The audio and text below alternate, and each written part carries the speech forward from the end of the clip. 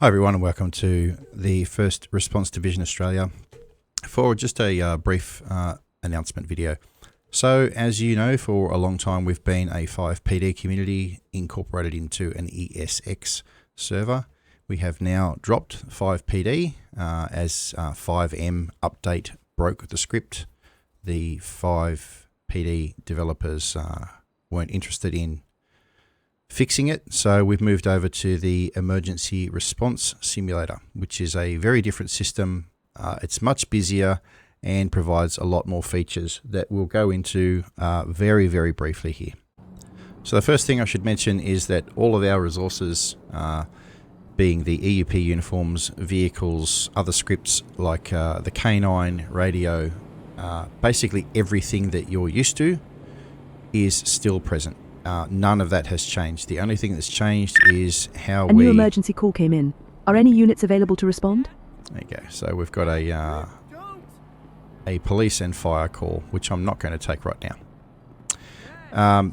So yeah, the way we interact with NPCs and deal with call-outs and support services is the only thing that has changed.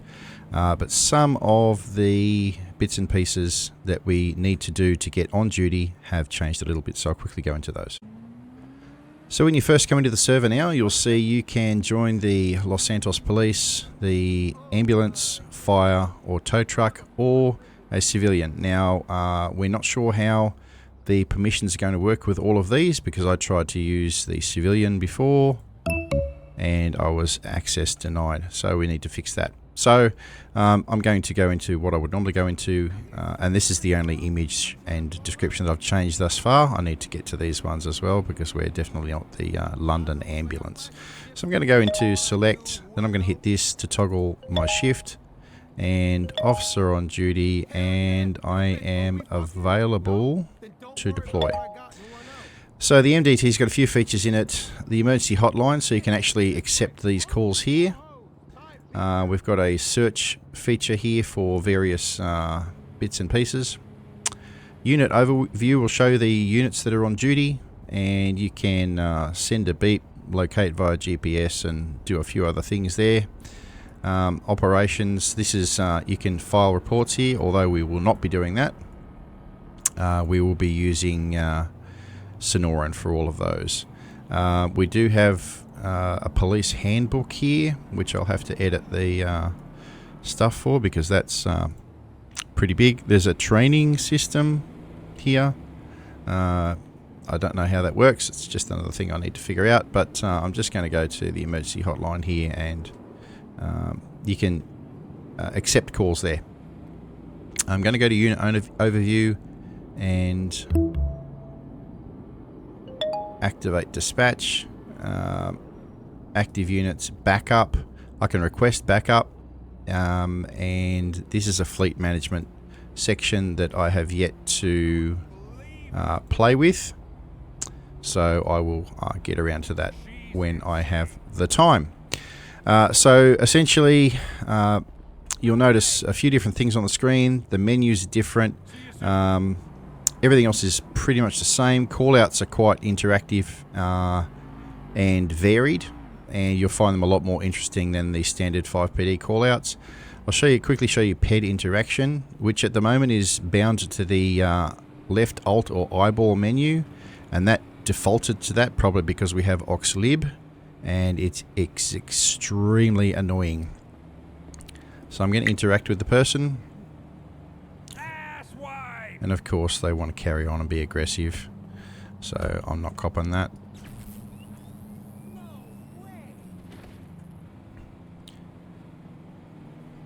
And the person is taking off. Oh, no, you're not.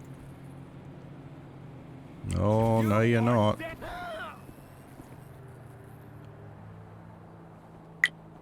And I quickly grabbed him. Now I'm going to turn around so I can work on these cuffs. Excuse me. So, it's very dependent on, you can get very compliant people, and you can get very aggressive people, or people that just want to run away. And this is your interaction menu here. There's a fair few things on there. Greet, ID, question, breathalyze, drug test, give them a warning, find them, grab them, get them out, all the normal sort of stuff. And I don't really. I'll just ask for the guy's ID Can I so you have can your see what ID, that please? looks like. And it'll show you a picture of them, their name, date of birth, nationality, gender, address, email address, and phone number. Now, you can register as a civilian on the MDT and play as a civ in the city. So that's not going to be exactly the same as this. Turn So I'm around gonna so I can uncuff work on him. these cuffs. I'd also like to find out a way to disable those voices that pop up when you interact with people. So I'm going to tell him to go, You may go now. and that's another annoying voice. So from this very brief overview, you can see that ERS is very different to the system that we've just ditched. We're still working out the permissions thing for people to join various roles and do certain things. The benefit of this system, or one of the benefits, is that players must be in our Discord to join our server. If they are not, they cannot join. So that's going to alleviate a lot of the problems that we may have with randoms coming in and playing up and doing stupid things. So that should be really good for us. Oh, he's running as well. All right, mate. See you later.